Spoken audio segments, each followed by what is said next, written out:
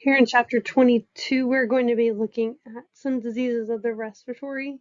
So dividing this into the defenses of the respiratory tract, then looking at upper respiratory tract infections, lower respiratory tract infections, and then some that infect both the upper and lower respiratory tracts. All right, first of all, just the difference between the upper and the lower respiratory tract. The upper respiratory tract, as the name implies, would include anything essentially above the lungs, so the mouth, the nose, nasal cavity. That includes the sinuses as well. Erase that one. The throat, the epiglottis, and the larynx. All of those would be included in the upper respiratory tract. Then the lower respiratory tract is essentially everything, including the brachy and the lungs, that then include the bronchi, bronchioles, and alveoli. The defenses of the respiratory tract, first of all, just talking about the anatomical, so things that they innately have because of the way the cell structures are set up. So in the nose, nasal hairs help collect bacteria and keep them from passing on through the respiratory tract. Ciliated epithelial, which is what we see over here. So these are the cilia. They're hair-like structures that are on the outside of some cells. And as this figure here is showing, those cilia, kind of like the nose hairs, help to trap bacteria and foreign agents so that they can't penetrate into the cells or into the rest of the respiratory tract. Mucus is another way of trapping those, and then expelling that mucus as a way of getting rid of those, whether it's it includes snot or phlegm that then would be removed.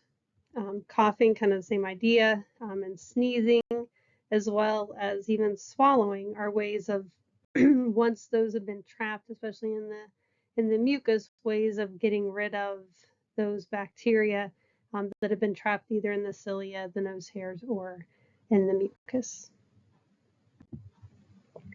So then some of the second and third line defenses, so past the anatomical, so there's complement action, so there's complement proteins that can get activated and then induce opsonization or recruit inflammation, those types of things as a way of controlling the spread.